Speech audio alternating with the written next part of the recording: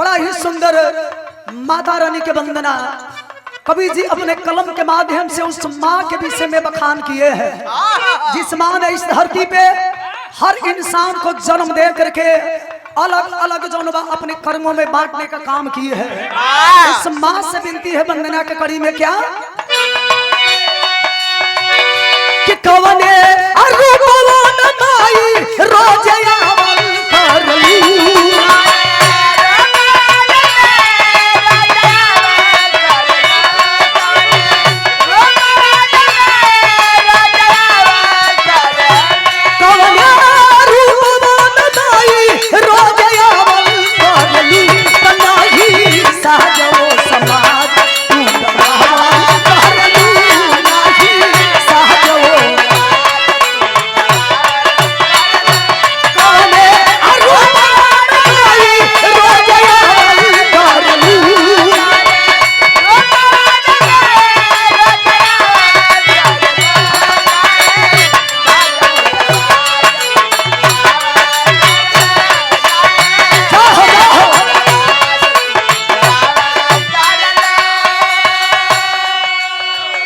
सुधीर बाबू बताए हैं किस धरती पे मां से बढ़ करके कोई देवी नहीं है और पिता से बढ़ करके कोई देवता नहीं है। मन चंगा तो कठौती में गंगा, ये सारे लोग जानते हैं कि मां से बढ़ करके इस धरती पे कोई नहीं है। आज मां नहीं होती तो ना हम होते, ना आप होते, ना यह सृष्टि की रचना होती। तो माँ इस धरती पे सबसे महान हमारे लिए देवी है। उस माँ से कहना है क्या अरे कविता कला की देवी स्वर की हो साधना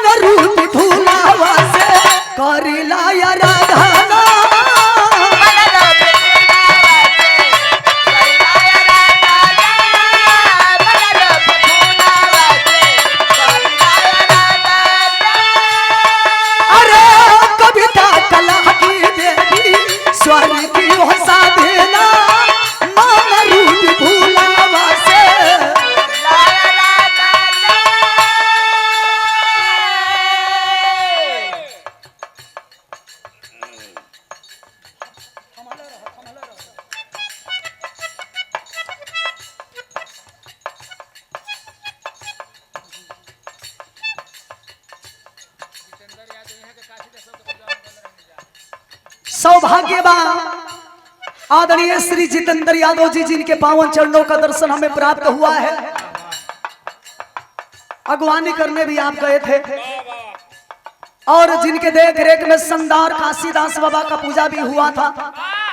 आपके द्वारा बड़ा ही मान और सम्मान मिला और अभी अभी पुष्प के पंखुड़ियों में गुथा हुआ हार और 200 रुपया देकर के मनोबल बढ़ाने का काम किए हैं। एक बार भाई के नाम पर भी जोरदार तालियां होनी चाहिए। काशीदास बाबा ऐसे ही आपके बनोले रहे कि हर कलाकारों के सम्मान आपके द्वारा मिलत रहे। इशारा बका अरे कविता कला की देवी स्वर की हो साधना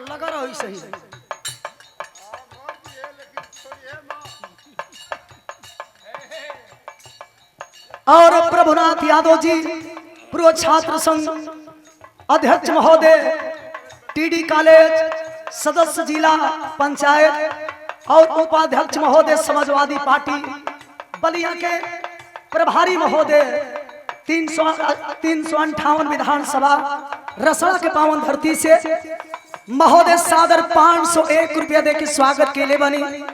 रंगमंच की ओर से महोदय के हमारे ओर से चरण छू के प्रणाम। जय समाजवाद। और जब भी मुलाकात होती है बड़ा ही सम्मान मिलता है नेताजी के द्वारा। और इंसान वही होता है, इंसान एक इंसान के जब काम में आता है वही सच्चा इंसान होता है। और पैसा कमाना केवल मेरा मकसद नहीं है, जहाँ प्यार नहीं वहाँ पैसे की कोई मोल नहीं है। हम कलाकार पैसे के लिए गाते अवश्य हैं, लेकिन इस धरती पे सम्मान सबसे बड़ा दौलत होता है। वंदना की दूसरी कड़ी में इशारा बा कैसे बहादुर ऊपर वाला भैया डाल हो गई बात। स्वाति बसनी तनी हंस के सवारी,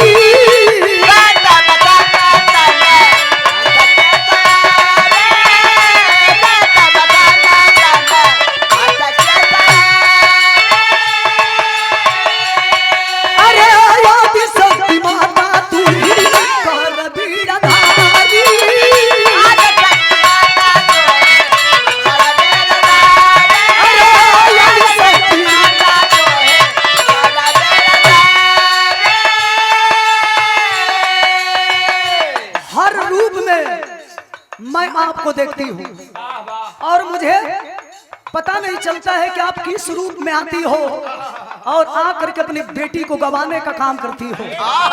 प्रतिदिन आपकी बेटी कभी कभी महसूस करती है कि आज मैं कहा नहीं पाऊंगी, लेकिन इतना आपका कृपा है कि लगता है कि आपकी बेटी जब खड़ी होती है तो आप कहीं से खड़ा हो कि हमसे बोझना ढोलावा मजदूरा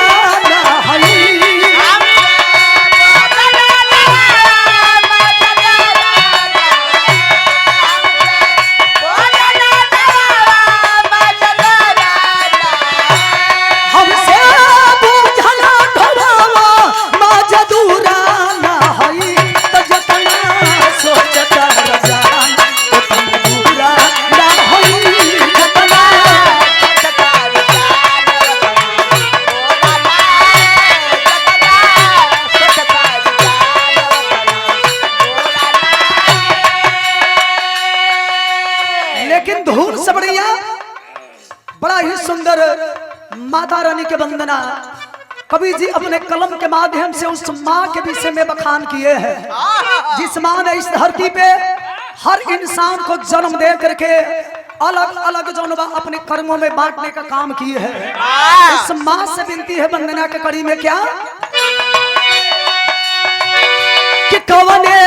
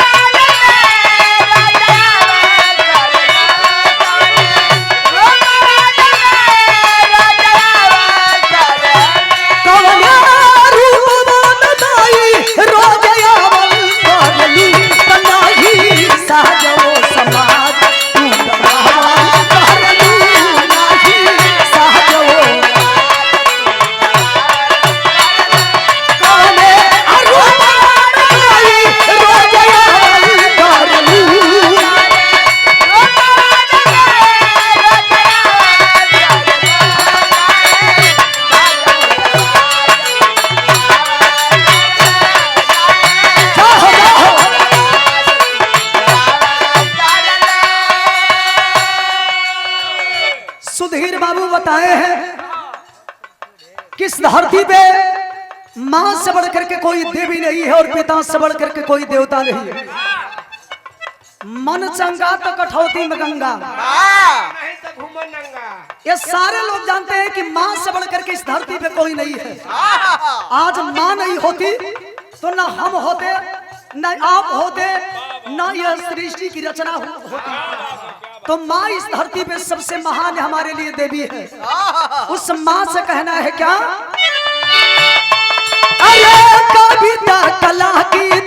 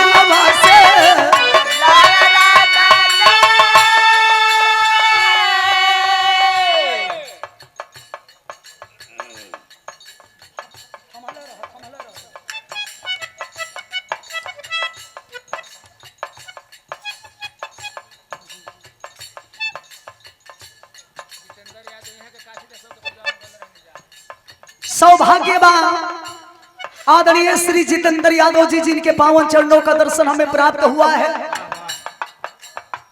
अगवानी करने भी आप गए थे और जिनके देख रेख में शानदार काशीदास बाबा का पूजा भी हुआ था।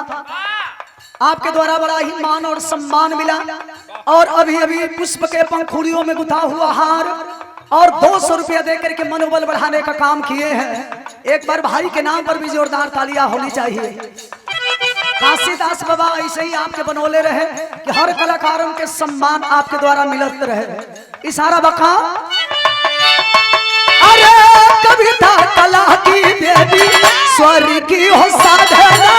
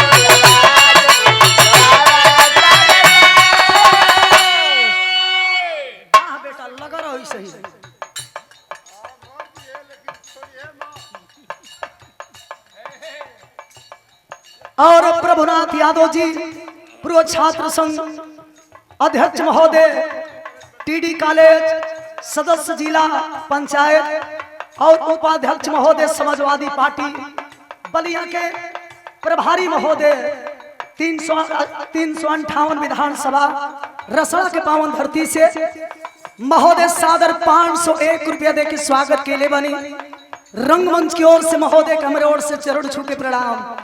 जय समाजवाद। और जब भी मुलाकात होती है बड़ा ही सम्मान मिलता है नेताजी के द्वारा। और इंसान वही होता है, इंसान एक इंसान के जब काम में आता है वही सच्चा इंसान होता है। और पैसा कमाना केवल मेरा मकसद नहीं है। जहाँ प्यार नहीं वहाँ पैसे की कोई मोल नहीं है। हम कलाकार पैसे के लिए गाते अवश्य हैं, लेकिन इस धरती पे सम्मान सबसे बड़ा दौलत होता है। वंदना की दूसरी कड़ी में इशारा कैसे बहादू ऊपर वाला भैया डाल हो गई बात। स्वाति बसनी तनी हंस के सवारी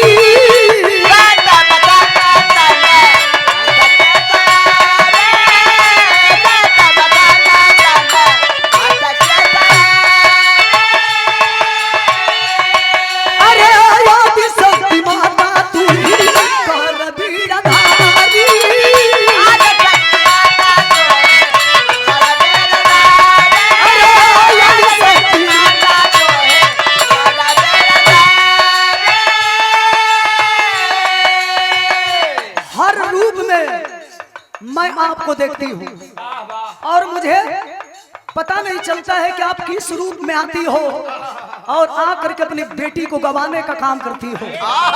प्रतिदिन आपकी बेटी कभी कभी महसूस करती है कि आज मैं गा नहीं पाऊंगी, लेकिन इतना आपका कृपा है कि लगता है कि आपकी बेटी जब खड़ी होती है तो आप कहीं से खड़ा हो